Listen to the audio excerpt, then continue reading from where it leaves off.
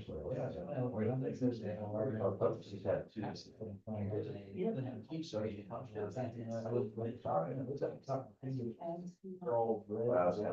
time. I feel we're gonna share with that. I got any water. Because I was talking about, I said, I missed it. There's some of the, ways that some are. There's the acres. That is, Jesus trust you to cut it back. These are, maybe he'll come down and show you.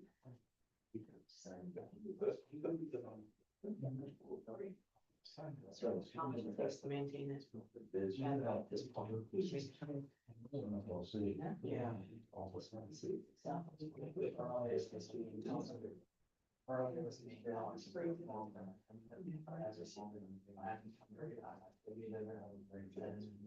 Something more about. I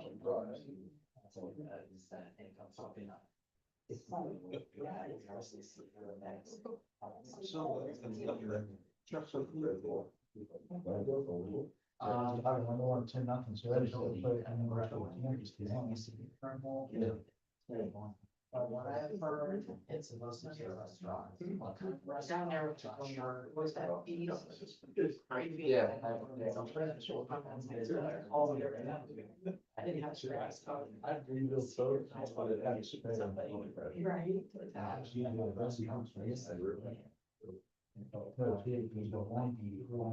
Inside the phone, one eye. Show up. No one's really sure what a restaurant, but. Both are clogged, both are.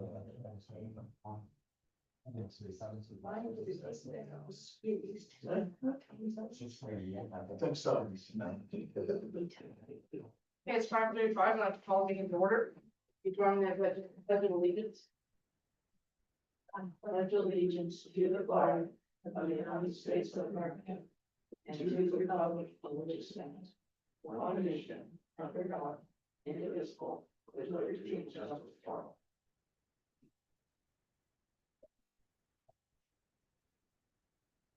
Okay, now there's a proclamation, so we'll go to the consent agenda. Is there anything we need to add?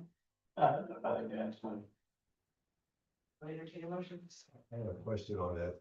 You know, off the top of your head, that insurance that is added on there, what it was last year, has that gone up a lot, or the liability insurance? And I do not know off the top I of my was head. just curious, I didn't know if you remembered that or not. Good options.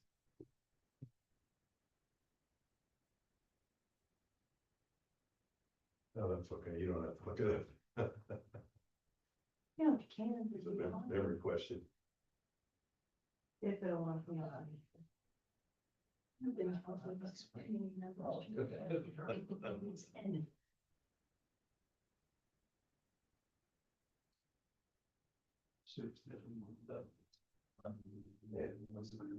Sharp claws.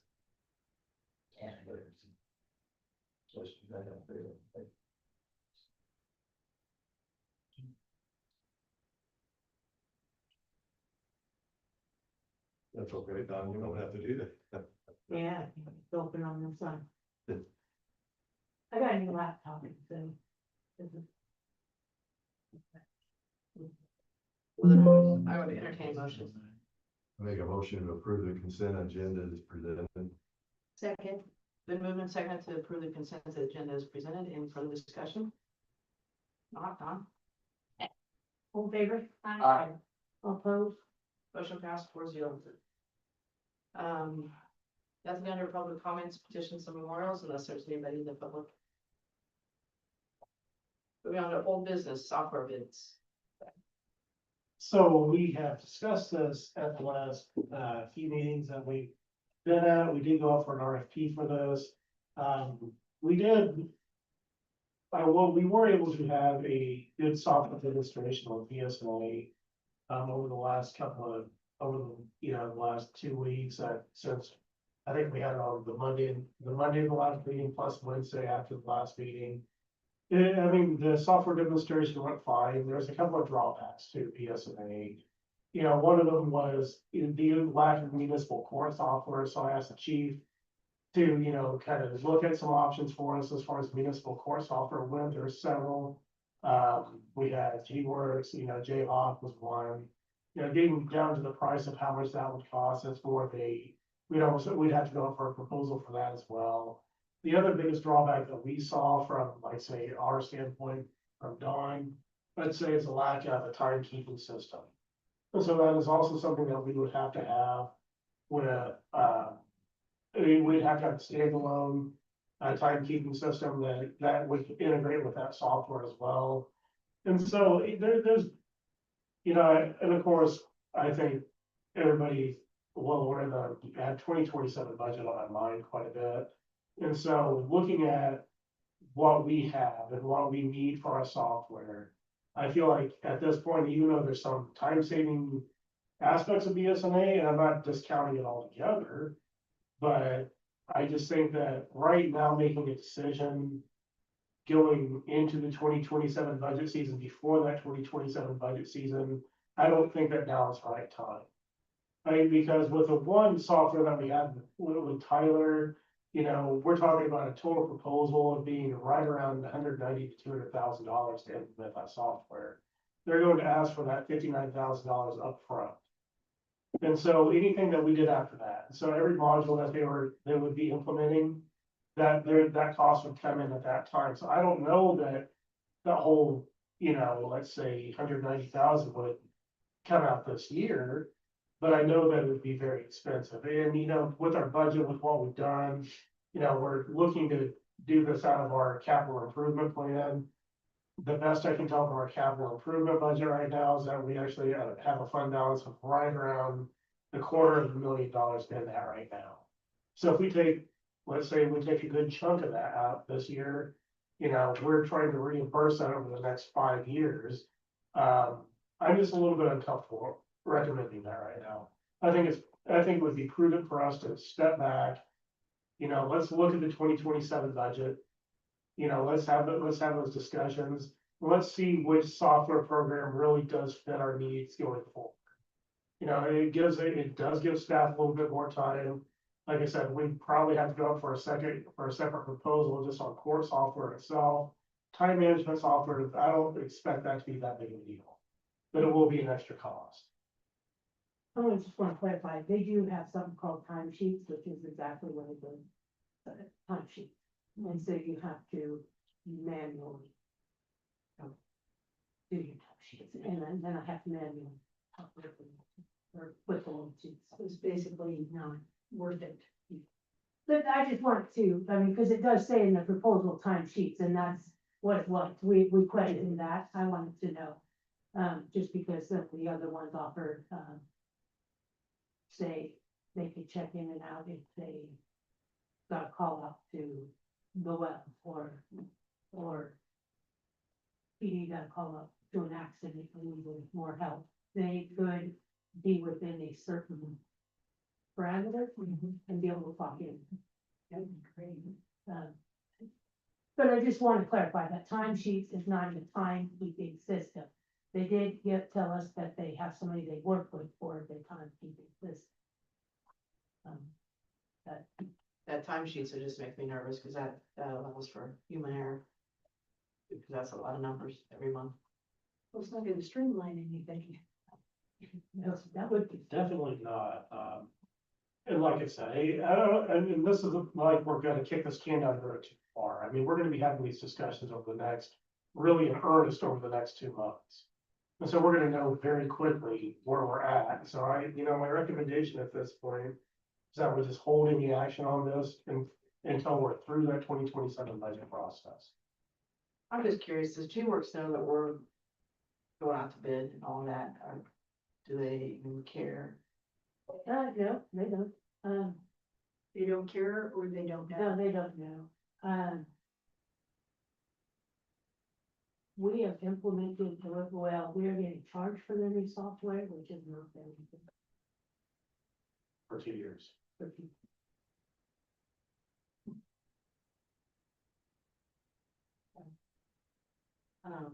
Suppose we can get the 2 modules we need for Tyler. Make that work somehow. You can, and so It won't be cheap. you can, and you can, those are options that we can look at. I know they have court and they have people and things like that too. I mean, there's workarounds here. I believe that there's a way forward. But just with the Tyler proposal itself, I believe that'd be financially difficult. I'm not saying that we can't do it. I'm just saying that we'd have to really look at that during the 2027 budget process.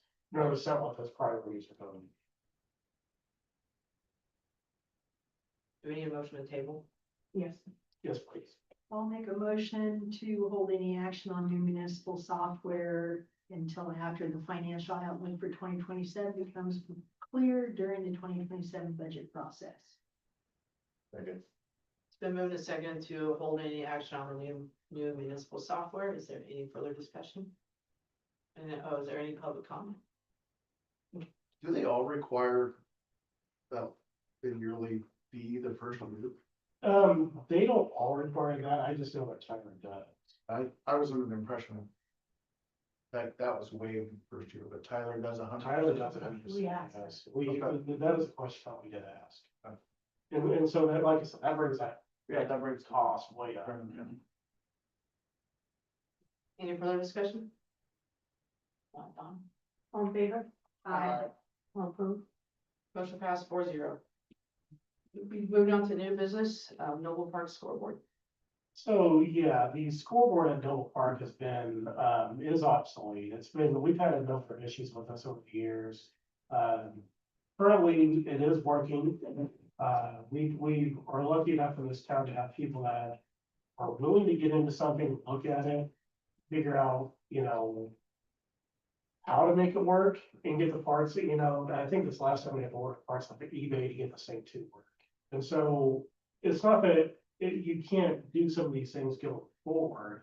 However, knowing that it's obsolete, knowing that these parts are getting harder and harder to come by, and given the fact that the position where this thing is at, where the scoreboard is at, is in the right field. And if you've ever been out there and try to watch a game in the evening times, you can't read it. You can't read that scoreboard at all just because of the red numbers in the sun. It being in the west. And so we've been in some discussion with multiple organizations over, years. The Legion's approached us about replacing it over the past few years. And I believe that this was going to be something that was going to be on the Iowa Baseball and Softball Club radar for their next phase. But after it went out during the, the high school season this last year, we had some conversations and I thought that it might be a good idea to, move that up if possible. So we started looking at solutions from that. And so there's a couple of the regulations that the way things are done in high school and Legion have changed quite a bit, but pitch count's a big deal. And so they keep track of that on the scoreboards normally in a lot of places that you see. The old scoreboard that we have does not have that. Like I said, that one, it is hard to find parts for. And so not something that we prompted anybody to do, but Ryan Leidinger took it on himself to go out and look for solutions. And so he put together a proposal for us. And so he went out, found the scoreboard that would work, which is very similar to the one that you see at the softball field, the new softball field. The only difference is it's going to have pitch count on it. But he also took it upon himself to approach Rainbow Communications to see if they would be willing to donate to this. They were willing to donate $10,000 to this year. Approached Amwell, which is the same too. If you ever look at the scoreboard out there at the softball field, it'll say Amwell, it'll say Rainbow underneath that. And it's because they also donated for that scoreboard as well. And so they had both agreed to donate $10,000 a piece. Obviously, Amwell wanted to do that $5,000 this year, $5,000 next year, which would bring in the total cost for a new scoreboard would be $25,445. So that would make the city's actual input at the end of all this, right around $5,445. However, there would be a cost associated with running electricity to that scoreboard. Now, one thing that I'd like to look at before I say, well, I want to authorize spending $9,000 to write electricity out there. Is seeing if there's a way that we could help with that and help cut that cost down. And so there's a reason why as of tonight, I'm only, suggesting that we pay for the scoreboard. Because I really want to look into what this electrical will cost as well in order to get it ran out there. There's going to be a couple posts that this has to sit on for the install. I mean, it's something that the city can install with. I've actually installed the scoreboards before. They're not difficult, but the I-beams that they're installed on will cost about $2,500 as well. So I know, I have a good idea about what that cost is. And so there will be more than the $25,445 for the city. However, I would really like to look at the electrical and see where they're going with that, the path that they're taking. If there's a way that we can get that cost down a little bit lower than what they have for right now. And so the recommended action I have for tonight is just approve the purchase of the scoreboard for Paul Rocky Field and Noble Park at a cost of $25,445. And like I said, that's kind of it's a partnership between the city, Amberwell, and Rainbow Communications. And so the way I would propose this is that the city would purchase a scoreboard and that the Amberwell and Rainbow would donate that money to the city to help offset that cost. And so I would take that out of the Parks and Rec budget for this year. What power is needed is different than the one we have currently? Is it just another breaker or is it? It's, 20 or- I believe it's just below 20. I don't think it's the path that they're going to take. And so if they want to take it all around the fence where they're at now, if they want to go all the way around the fence with it. I mean, I don't know the path that they want to take for that, the distance, whether it's a conduit issue, whether it's a wire issue. Those are facts I just don't know right now. I'd like to look into it though. Looks like this product specification sheet, it's 120 and it's like 900 watts or something, and not much. Yeah, it's just an You LED. got a long run to get out there. Yeah. But we have power up there now though, right? We have power to where the scoreboard sits now, so we're going to move it from where it's at in right field to left center. Oh. And so we should, That shouldn't cost much, that's. no, I wouldn't think, but like I said, it's something I'd like to look into, because I think that we, possibly do it for less than 9,000, or it is between 8,000 and 9,000 is where we're at on that. 8 or 9,000 for one circuit, Yeah, This, sounds crazy. Electronics quote has an option for $453 for a mobile scoring kit, and that's not part of the price. not that I'm aware of now. And so that's that. Or is that, No, that's not a part of it. That's that NX1 that we have out at Burning Park. And I'm gonna be honest, I would not recommend that. okay, I'm just asking. I think that they have their 2.4 gigahertz transmitter that they're gonna be using. I think that'll be sufficient. The MX1 is really a line of sight type of a thing. You have to be within like 100 feet of that. And so I just don't think it would work. It's like a mobile app type thing with what it is.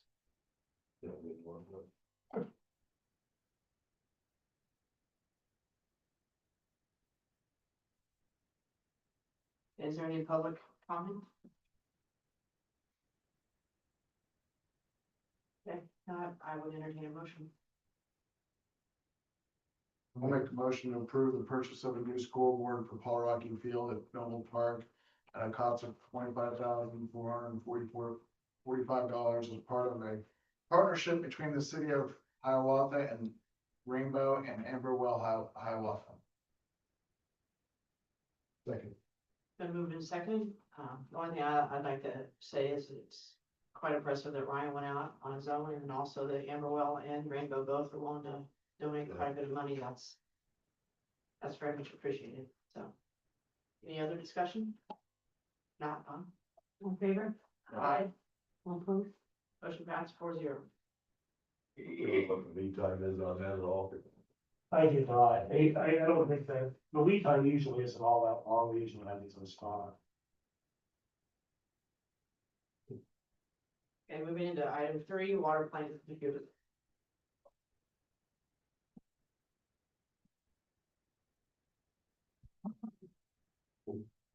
How you guys doing? Earlier this month, was it 2 weeks ago? We had a software mishap and, I think it might have been a lightning strike or something hit it. And we had to call integrated controls to come out because we could not do it ourselves.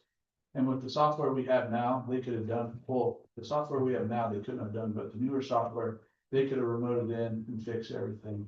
Instead, they had to send a tech guy out to fix it. And that was roughly about 6.5 hours that he worked. And with that, it was about $4,000 is what his labor time was. With the software. With that saying, I spent time with him and he said that we are running the old dated software. And our computers needed upgraded. And right now, we only have one computer that's running, the other one went down. So with this bid would be for 2 computers, software for our water plant. Now, speaking about our water plant, it runs off software, so software is like the heartbeat of the system. If that software goes out, then we have to do everything manually. Which I did a couple years ago and I got 44 hours of overtime. So just with that, is one of the key components to the water plant is our software. So with the bid I'm asking you guys to purchase for, it would be 2 computers and with the software upgrade too. He said right now we're running the 2020 series and the new series is the 2023. So, and the purchase would also get us 2 computers, which each computer is roughly about $13,000. So, and that's then building everything in it and then have a backup system in it too, in case it goes down. Then we can get a computer faster and they just take out a piece and put a piece in and then we'd be good to go. But it'd be good to have 2 computers just for the reason that that computer went down. So therefore we couldn't regen. The water plant would still run, but we couldn't regen. We'd have to do it manually and count the hours of how long each nitrate vessel are in. You're saying you need one computer regardless. Yes, Right you need now, one, but yeah, you just buy 2 and upgrade it. yeah. Yeah. And he said the reason why you should have 2 is in case one computer goes down, or if it's updated, then the other one can turn on and run. And these computers have also been running since 2018, 24 hours nonstop. So therefore, they've taken a hit. Says they didn't include any on-site services. Do they need to come out to install this stuff or? Yeah, that'll be with it, the bid, it should be with it too. Well, it says it's on-site services are not included. That might be service. So, we have a contract with them too, that we do yearly, so. But I can get that answer for you, but yeah. Is there any comment from the public?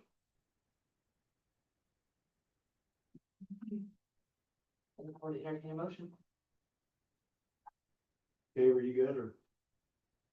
Yeah, I'm good. I didn't wanna, Go ahead. I'm still reading. okay, well, we can wait if you're. No, go ahead. Approve the purchase of 2 telemetry computers for the water plant at a cost of $32,647 from Integrated Controls Incorporated. Second. Been moved and seconded to approve the purchase of two new telemetry computers. Any further discussion? Not done. All in favor? Aye. Aye. All opposed? Motion carries 4-0. Thank you. Thank you, Ryan. How long before you'll have them up and going? The computers take, I believe, The 12 weeks. 6 to 12 weeks, 6 to 12 weeks. Just depends on how fast they can go in there, and like I said, they put their own computer parts into it too. So they run off mobile. Item 4, fireworks ban discussion. So yeah, on the fireworks ban discussion, I was asked to update the city commission on what safe and safe fireworks were. And so basically what those safe and safe fireworks were, or are, I should say, is anything that's non-explosive, doesn't shoot up in the air. So you're talking like fountains, you're talking smoke bombs, snakes, sparklers, things like that, things that don't explode. And so the state of Kansas actually does, I believe is that the state fire marshal actually stamps at the fireworks stands what safe and sane fireworks are and what's allowed and what's not. And so I was asked to, put this back on the agenda for discussion. Just to see, cause any kind of proposed change that we would wanna make to an ordinance or anything like that. We just wanna get that done as soon as possible, that way we can, if the desire was to get something done for the 4th of July, we can get that done, so I will open it up to discussion at this time. I find it interesting that this came out late today, on our amended agenda, because that's something I wanted to address during my comment. Because I have been thinking about this a lot. I've had some people contact me that, wanted us to think about non-explosive fireworks, which would be the smoke bombs, the snakes, the sparklers, the things that the grandkids shoot off in the driveway, barbecues and that sort of thing. And I wanted to see what the rest of the commission thought about that. I'm totally against explosive fireworks in the city. I have been, always will be. But I think that that's something we should talk about and see if we would be willing to amend that. And I think as far as, getting this on the agenda late, when Commissioner Shepherd had asked me to update what safe and sane was. And I believe at the same time, he'd also talked to me about putting this on the agenda, and it was my fault, because I got that part. No, I just said it was just amended and I'm like, oh, wait a minute, I was gonna talk about that. I hate that. I just wanted to clarify, that's why this happens, so. I went to the fire marshal's website, just see what it said about safe and sane or whatever it's called. But all the links I clicked on for fireworks didn't work. But I found some other information from other sources that may or may not be. You don't always know what to believe, but I couldn't find any words that said, talked about the noise part. It said fireworks that don't leave the ground, but it didn't say they didn't make noise or. And those are the complaints I got last year, was the noise part of it. Mhm. And I probably wouldn't have any problem with somebody using sparklers and snakes or that kind of stuff, like, I don't know whether. How noisy the safe and sane are. Some of them whistle, that. Yeah. I haven't bought fireworks for years, but. Well, I just wanted to reiterate what safe and sane meant, that it's not, the big orders I know it's going off not and that Roman easy. candles, I think. I didn't see where it said the outlaw black cats. Yeah, I don't, if they're marked safe and sane, then it should be pretty cut dry, Would that be non-explosive? We can specify non-explosive, and so really with an ordinance, you can do with that what you would like. And so if you wanted to say safe and sane, non-explosive fireworks, you could do that. And so as long as it's, if black cats aren't specifically on there, that would effectively eliminate black cats from that. And so I think there's, a method to that, and I believe the chief and I were just actually having this conversation. Did you want to interject? Do you want to add anything to this conversation? Sure. So.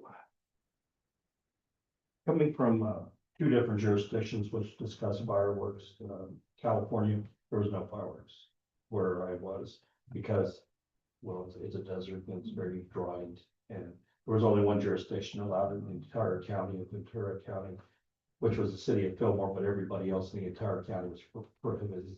But then again, we'd have fires, California, so that was crazy. In Salina, they allowed fireworks, but it was between certain days, like the 3rd and 4th, very specific days. And there were specific times, and I also pulled a Broken Arrow with them as a prime example, because they had a pretty good ordinance, and they said between 3 p.m. and 11 p.m. was the times that are allowed on the 3rd and then the 4th. That way people can go and enjoy themselves during those days. Nothing outside of those times though. So if you have an ordinance, you say anytime outside of those windows, you just can't do it at all. and the ordinance specifically says that. But also, if we, again, back to California, there was a very specific ordinance that said if you have dangerous fireworks, which are the, like from Oklahoma, Missouri, M80s, with Roman candles, sky lanterns, all that stuff.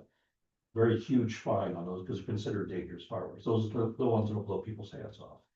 And I would venture to say there's no circumstance whatsoever we should allow that. That's just my personal opinion, just because they are dangerous. And these are the things that people shoot at each other and do all kinds of nonsense. Those are illegal. That's what I- For the state though, so. They are, yeah, and they shouldn't be allowed. But, you know, people will bring them up over. So if we do tailor an ordinance, I would venture to say, you probably want to say specifically safe and sane. If you want to add non-explosive, that's one thing. But you definitely want to talk about dangerous fireworks in our ordinance, say those are completely prohibited all the times. And have a fine accordingly set to that, because it needs to be very pervasive and persuasive that you're not going to have those just because of the safety package. In addition, broken arrow as an example, must be used on the non-combustible surface at least 25 feet away from any permanent structures. Which is a really good idea.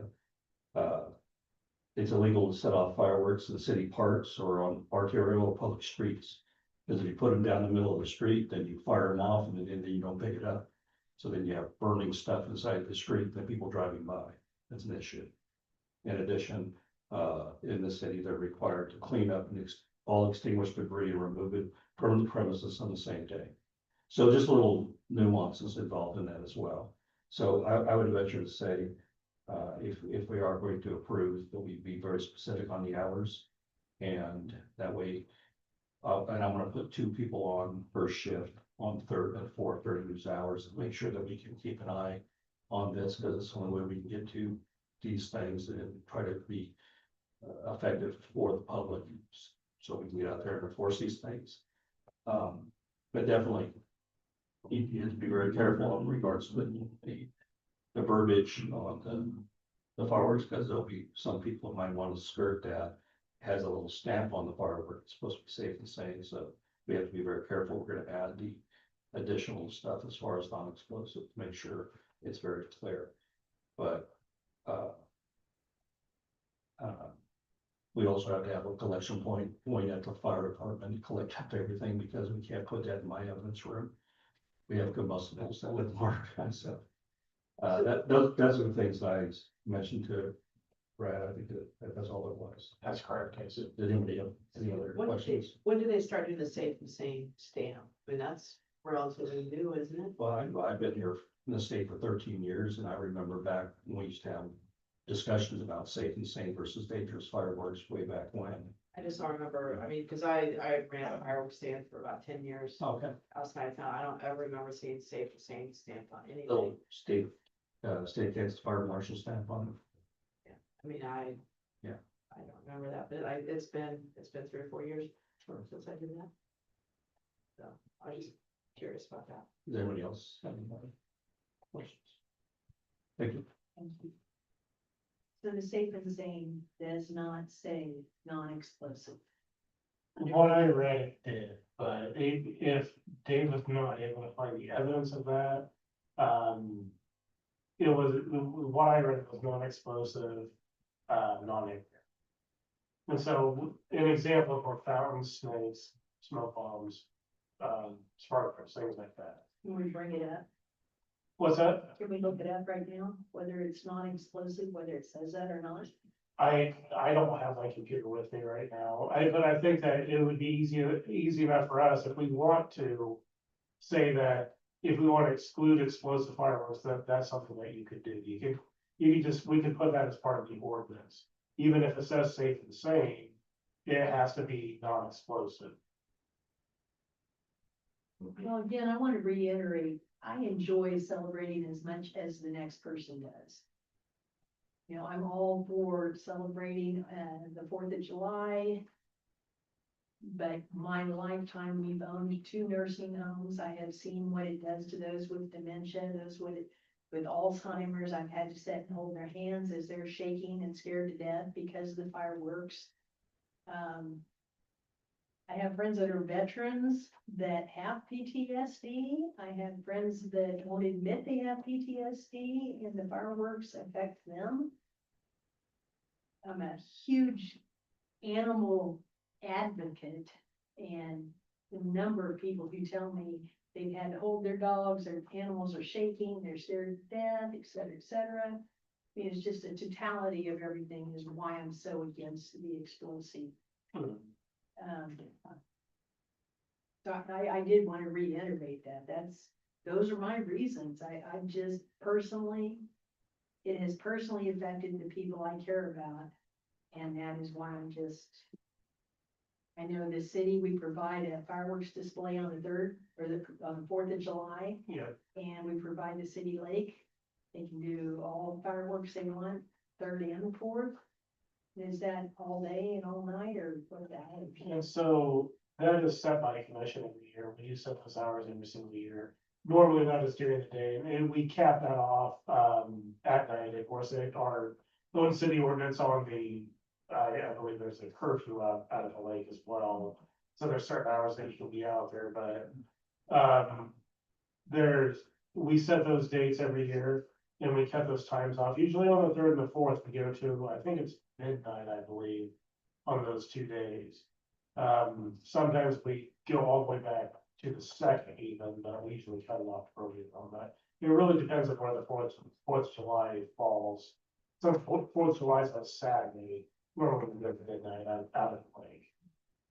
And I still think that no matter what we do, we'll still have to set those times to, allow people that one place where they actually can go shoot fireworks off. I know that's where that's what my family utilizes, in order to shoot fireworks off as we go to the city. But that's the big ones. That's the explosive ones, the mortars, things like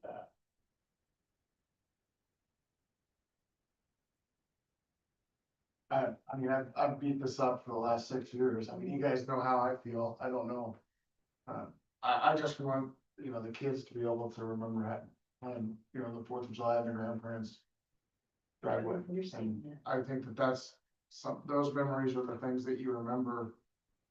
When you get older, you don't remember a whole lot, but you do remember times like that. And so Just to remember is pop ball rocket flight.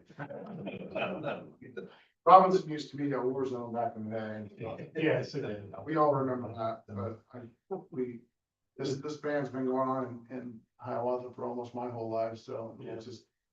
I'm afraid if we went with just the safe and sane, and if we added non-explosive, it would be too confusing for the public when they go to purchase. They need to, grandparents like, this is safe and sane, they can shoot these in our driveway. I don't want to confuse the public, so it's either gonna go with the same and safe and sane, or not. I mean, that's kind of my opinion on that. Okay. I think that would be too confusing to people. I agree. I would agree with that, yeah. And even if you do, say noon to 8 o'clock or at night, and not even do it till 11.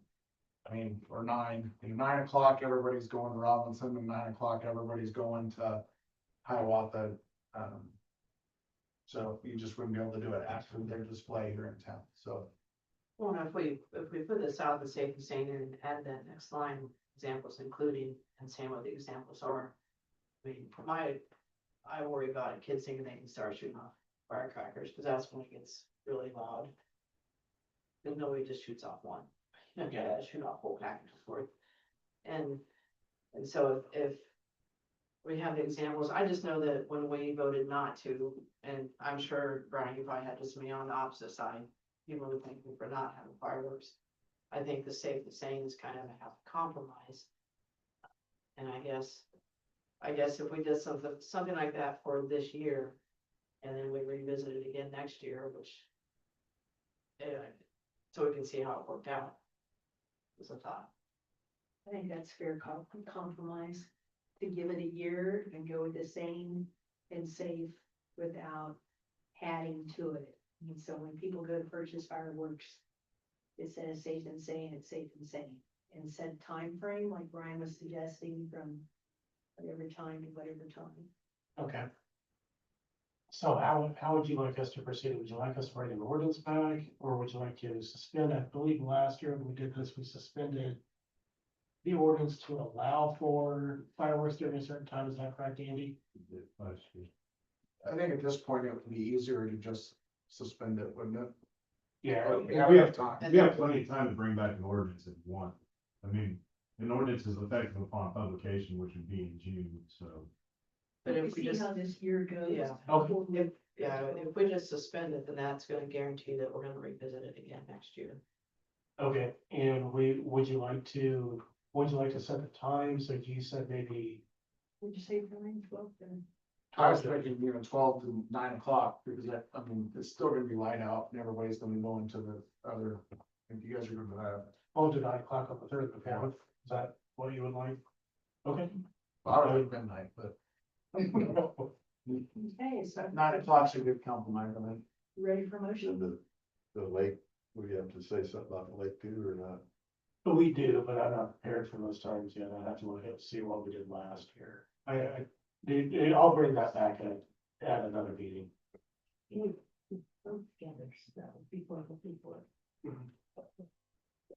Okay, so I'll make a motion to suspend our current city ordinance regarding fireworks to read safe and sound fireworks will be allowed in the city of Hiawatha on July 3rd and July 4th from noon till 9 p.m. on a 1-year contingent basis, and we'll see how it goes. Okay. From noon till 9. We'll cover everything. I believe so, yes. So safe and sane, you said safe and sound. Safe and sound, safe and sane. Safe and sound. Psychology. So be sure, Everybody stay safe and sound. there a second? I'll second. Been moved and second to suspend the current firework ordinance with the changes discussed. Any further discussion or any public comment? What you're trying to remember, I'm good. okay, since you're a main public, so, Yeah, good, Don, All in favor? Right. All opposed? motion passed 4-0. Moving on to communications, traffic signal update. So we did open up bids for the traffic signal this last Wednesday. The good news was that those came in significantly under budget.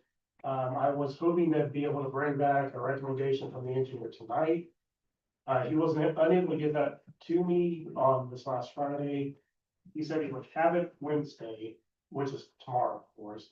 And so what I would like to do is, and to not to delay this, is once I get that recommendation from the engineer, I would actually like to have a special meeting in order to do that. I don't know whether that's going to be Wednesday, I don't know whether that's going to be Thursday.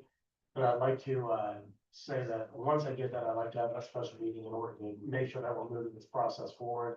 I don't want to delay it another 2 weeks if possible. I want to go ahead and award that.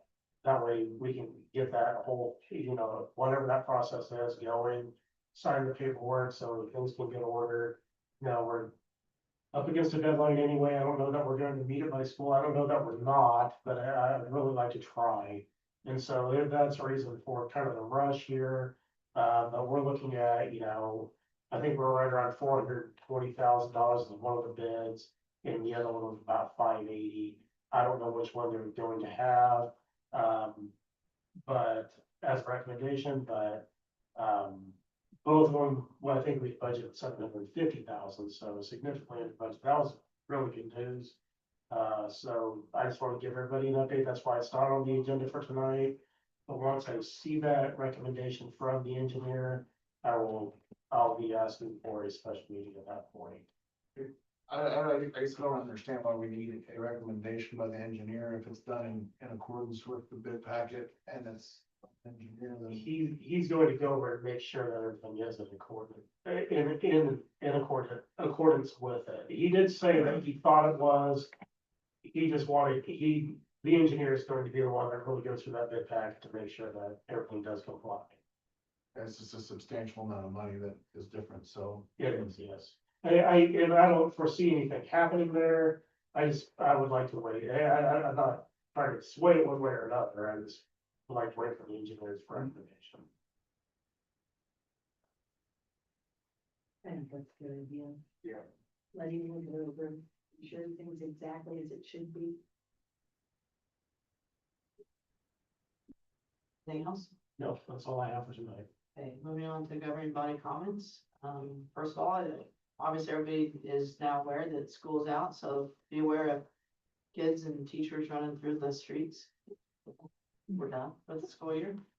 Also, I really do need to commend Stacy Jasper and her staff for what they did for the Susie McElroy dedication.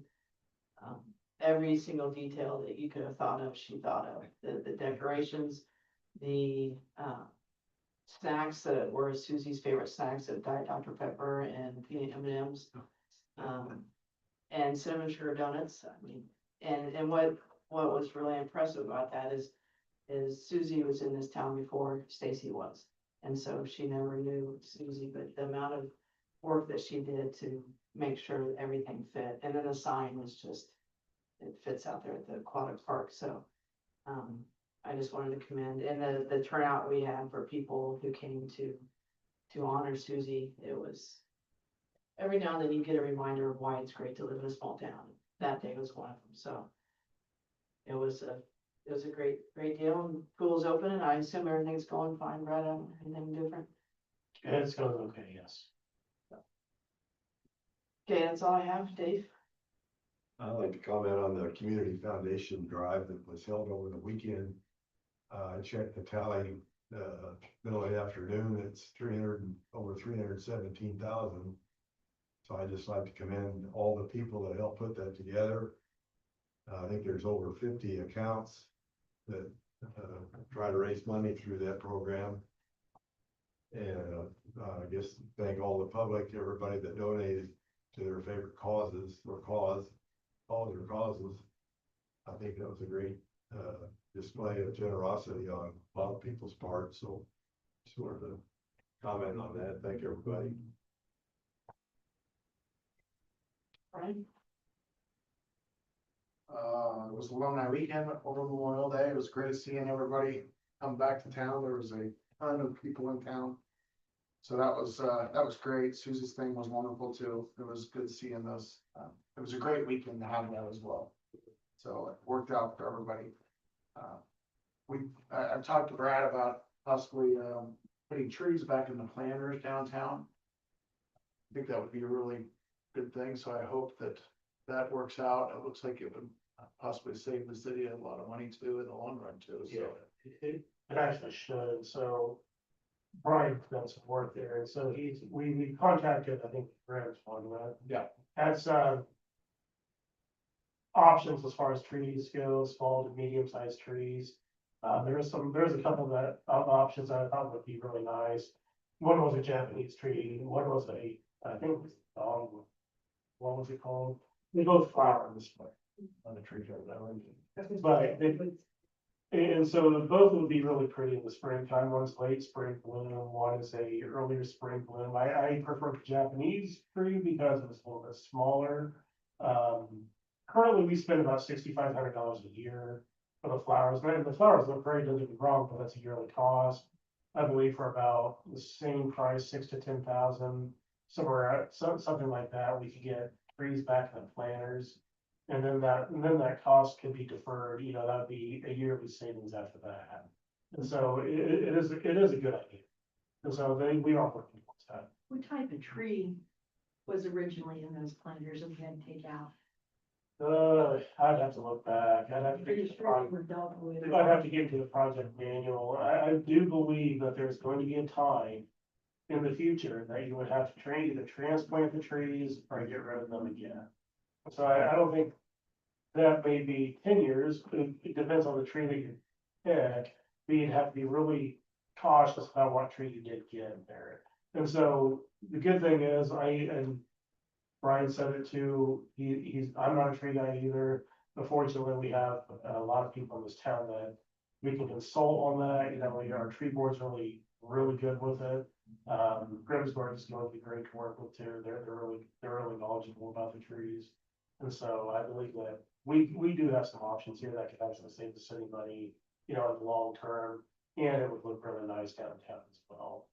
Have you thought about planting perennials? I mean, just the mere fact we planted trees, they got too big, they got in the way of everything, they had to be trimmed, cost everybody money, then we had to tear them out. Japanese maples are very difficult to, I mean, if it is a Japanese maple. It is, and I can't remember what the Japanese tree was. Dogwoods are gonna get too big, too quick. There was 2 or 3 that they recommended that they didn't grow out as much, just kind of up. Up. So they would look a lot nicer than. But it just looks really nice having the shade, and I remember, back in the day, I think they kind of grew out and people were having to drive underneath them and stuff, and that was a Walk problem. underneath them.